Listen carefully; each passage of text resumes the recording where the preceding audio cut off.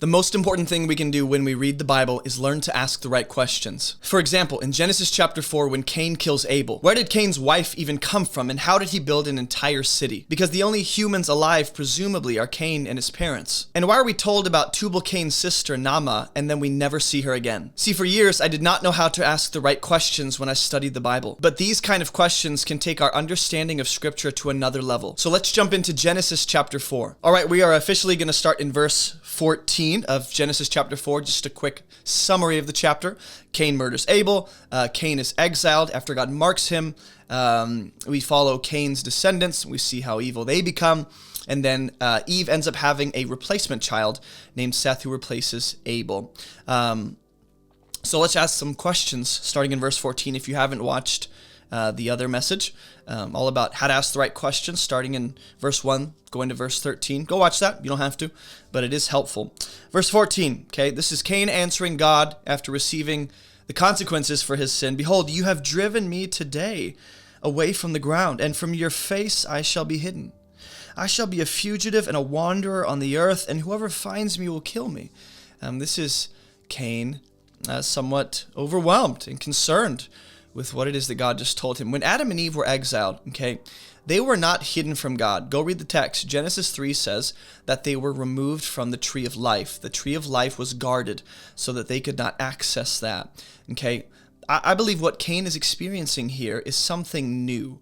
He's the first human being to experience this, being hidden from the face of God. Now, whether or not you want to just chalk that up to something metaphorical and say, well, that's not a literal thing. That's a figurative idea. The face of God representing His favor.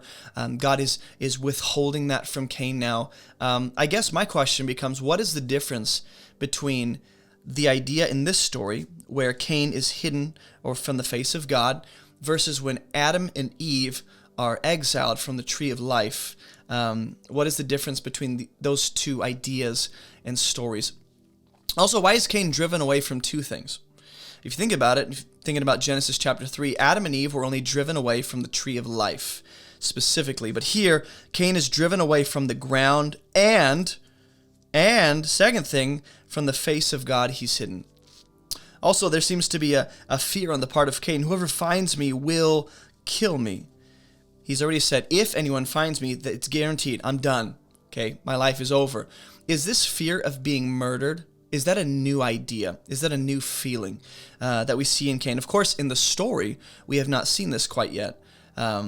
We do see the warning to not eat from the tree of the knowledge of good and evil in Genesis 3, and that death would ensue from that. But here there's this fear that if anyone finds me, I'm going to die. And so, my question is, has Cain up to this point had no reason to fear having his life taken, since he's had some proximity to God and was under God's favor and protection there in the region of Eden?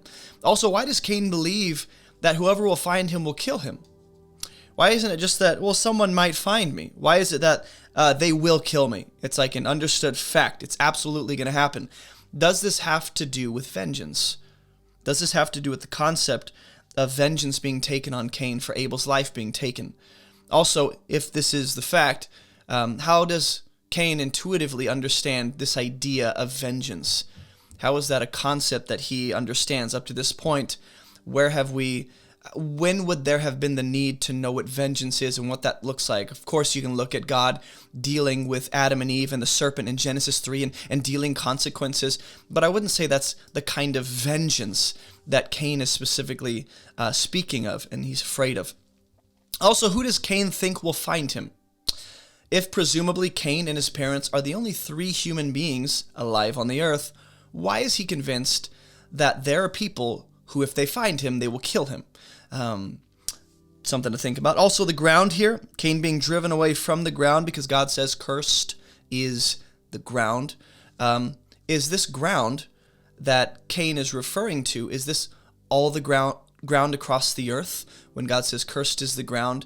Or is God just talking about the ground that Cain has been dwelling in right outside of Eden, right outside of that initial place where Adam and Eve were? Is it just a specific kind of ground, or is this the ground all across the planet?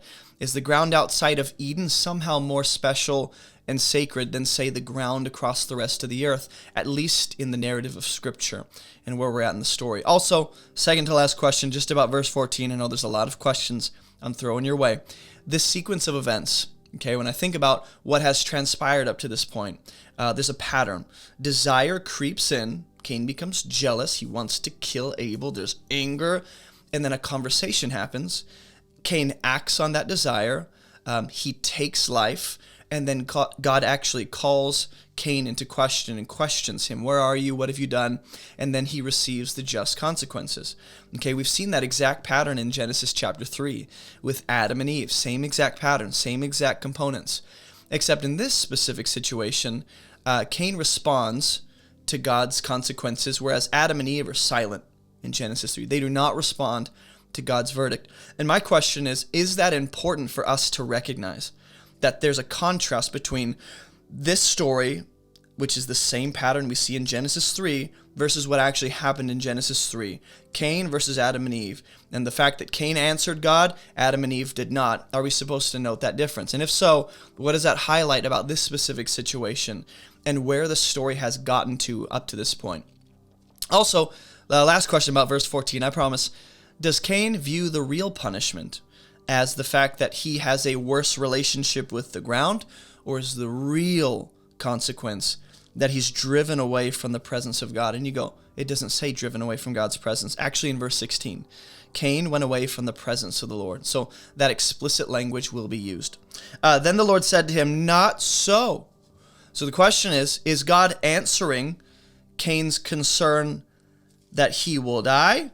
Or is God answering Cain's, I guess, where Cain's at? He's like, if someone finds me, they're definitely going to kill me. And God's going, no. If someone finds you, they most definitely, that's not going to be the case. That's not an absolute fact. Which one is God answering here when he says, not so? Watch what he says. If anyone kills Cain, it doesn't say no one will kill Cain. It says, if that happens, vengeance shall be taken on him sevenfold, which means God is answering the concern that Cain has, which is that if anyone finds me, they'll definitely kill me. And God's going, not necessarily. God is not guaranteeing that Cain will not die. He's actually stating that just because someone finds you doesn't mean you're absolutely going to die. Different people might have different motives and have different intentions, and different things will happen. But either way, God says vengeance will be taken sevenfold. And the Lord put a mark on Cain. This mark is related to the sevenfold judgment and God answering Cain's concern. If someone finds me, they're definitely going to kill me. I'm going to put a mark on you, Cain, lest any who finds you should attack you. Which, here's my question. Number one, what is the mark that God places on Cain? Obviously, it's visible. Obviously, something someone can recognize and go, hold on. That looks like a warning to me. And why does this mark give a clear statement of sevenfold vengeance to anyone who would find Cain and think, I'm going to kill this guy? Why would they get a clear statement from that mark that I should probably stay back from this guy? Does this mean that the mark was visible is a question I have also. Who would be the one inflicting the vengeance is the question I have.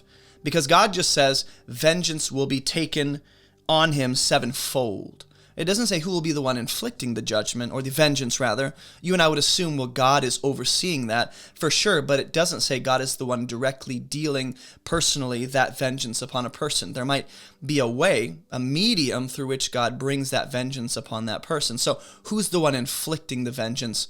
You might say on behalf of God. If anyone took Cain's life, would it be God, another human being? Would it be another human being on behalf of God? Also, is Cain being driven from the ground? Is that part of the vengeance being taken upon him for shedding Abel's blood? When we look at how Cain took Abel's life, and there's a dimension of Abel's blood is crying out for justice, is part of the rightful just consequence that Cain is driven from the ground? And if so, does that mean that is actually a kind of vengeance being taken upon Cain for shedding Abel's blood? Something to wrestle with when it comes to our understanding of God's justice and the way he, brings retribution and such.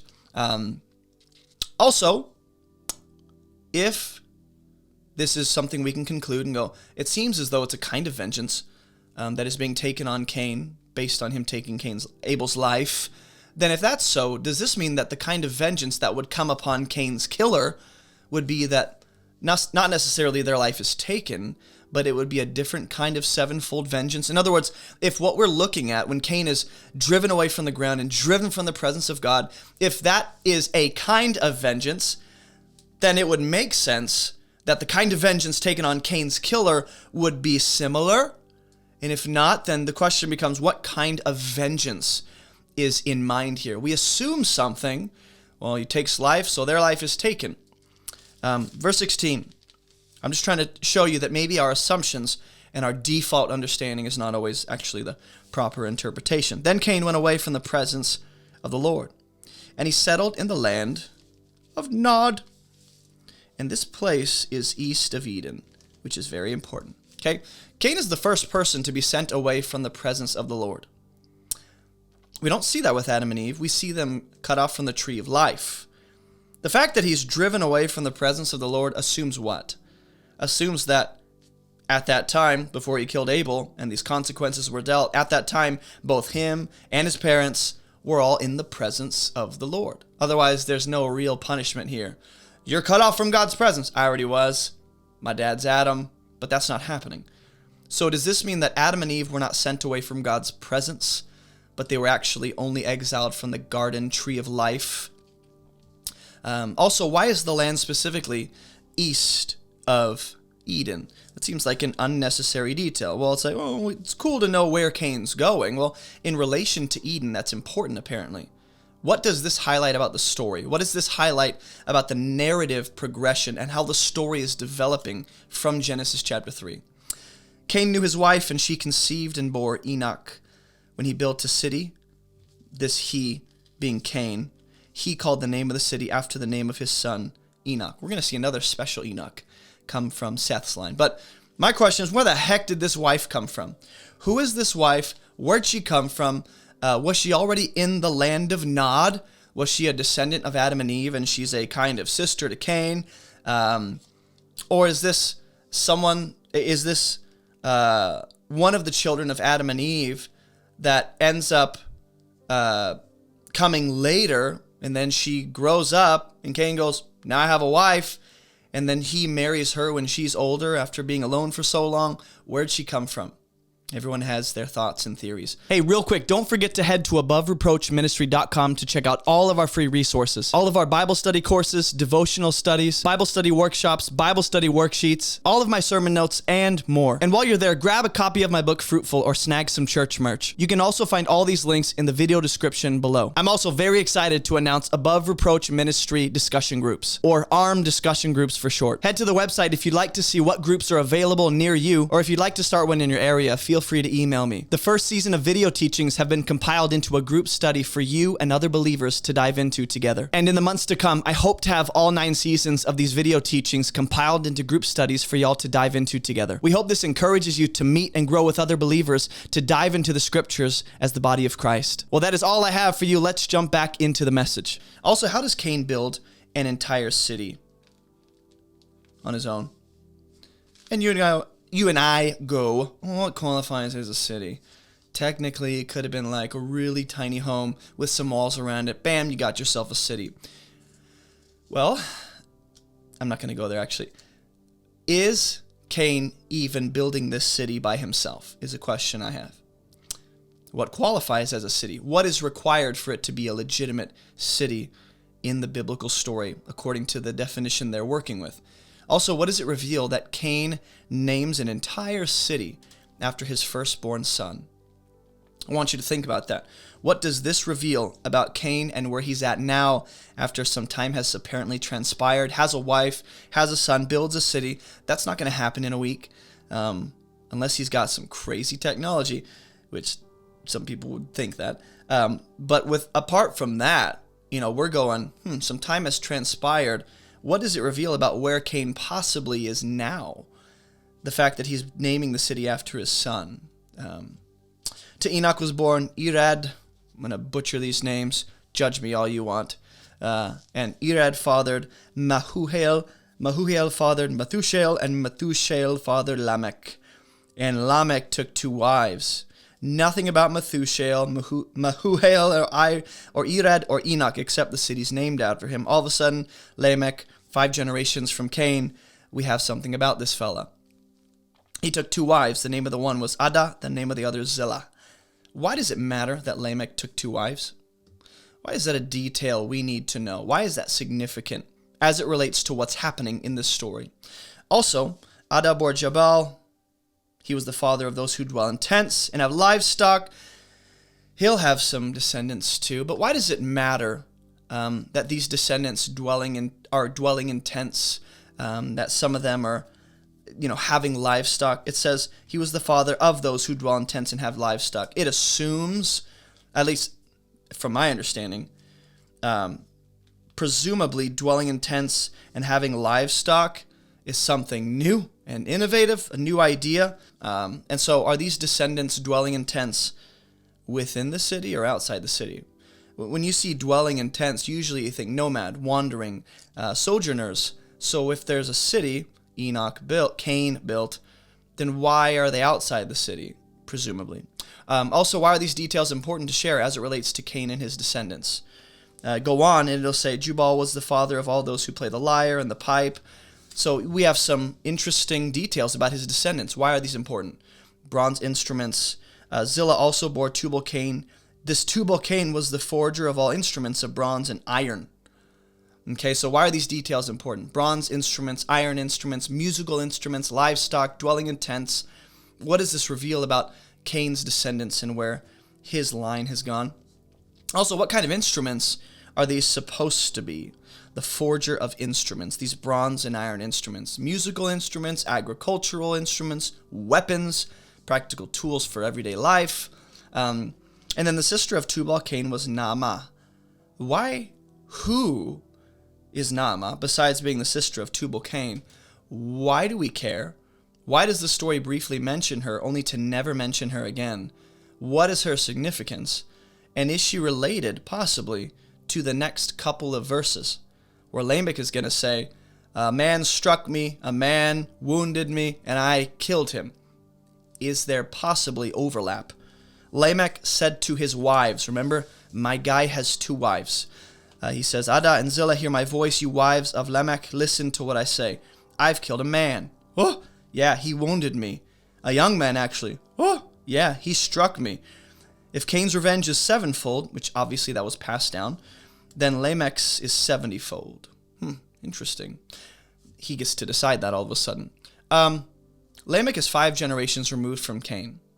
By this time, there could be more people, but not so many people that Lamech wouldn't have known who this young man is if he was a relative of this young man. It just seems odd that this nameless young man isn't referred to as any kind of relative. So my question is, where did this young man come from?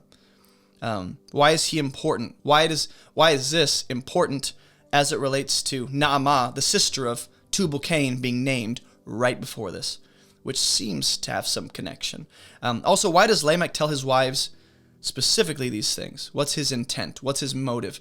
What is he trying to prompt in them? Is he trying to get them to respond a certain way? And then Adam knew his wife again, and she bore a son, called his name Seth.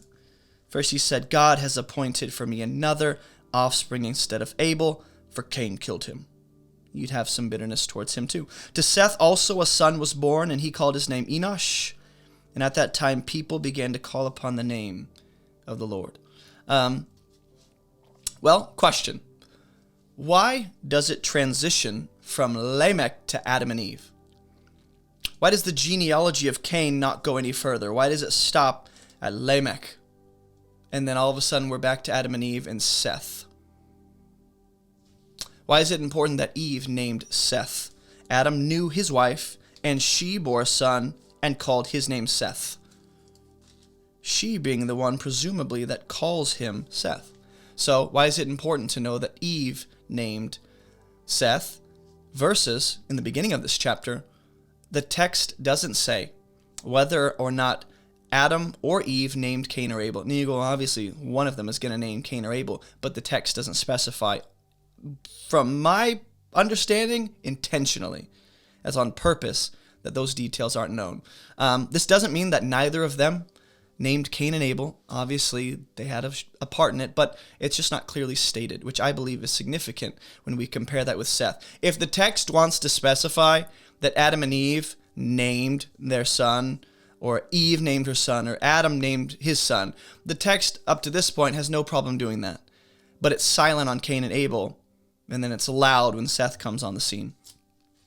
Also, is it significant, just when we think about the fact that Eve is the one calling Seth his name, is it significant that in Genesis 1 and 2, or rather 2, we have Adam naming all the animals, and then Adam naming woman, and then Genesis 3, Adam names his wife Eve. Up to this point, besides God, Adam's the only one who calls things different names, and all of a sudden Eve steps in here in Genesis 4. Is it significant to notice that Eve named Seth? But Seth actually is the one who names his son Enosh. Also, what does it mean to call upon the name of the Lord? That might be something important to understand. Is this a new idea? If this was a new concept and something that had not yet been done up to this point, why was this not a frequent thing? And if it was a frequent practice, why is it not stated? Also, last two questions. The people here, at that time, people began to call upon the name of the Lord. Does this also include people from the line of Cain? Are people in Cain's line also calling upon God's name, or is this just people who descend from Seth? Is this other people? Who are these people? Who are these people? It doesn't say Enosh's descendants or Seth's descendants, or it doesn't specify, just people. Who is around to be calling upon God's name 2 generations from Adam and Eve? Is there a contrast here taking place between those who call upon the name of God versus those who take vengeance on their enemies 77-fold? You know, this contrast between the line of Seth versus the line of Cain, or the seed of the serpent versus the seed of the woman. Are we to see that contrast? Those who are calling upon God's name versus those who are essentially taking his name in vain by killing people made in his image. So something to think about. That concludes our session on questions. In the next episode, we will continue talking about Genesis 4, and we'll talk about its literary context. So we'll read the story in light of the stories that come before it, make some connections, draw up some patterns. It'll be cool. So make sure you guys stay tuned for that one, and I'll see you guys in the next Bible study walkthrough. Hey, I just want to thank you for all your support and prayers that make this ministry possible and help us to accomplish our mission. Your support makes it possible for us to create all the free resources we have available for anyone around the world. Our mission is to teach people how to read the Bible so they can live and teach the Bible themselves. So be sure to visit abovereproachministry.com for all these free resources and to support this ministry. And if you're a new believer, be sure to check out the new believer section on the homepage of our website and grab a copy of my book, Fruitful, while you're there. God bless you guys, and as always, keep moving towards Jesus.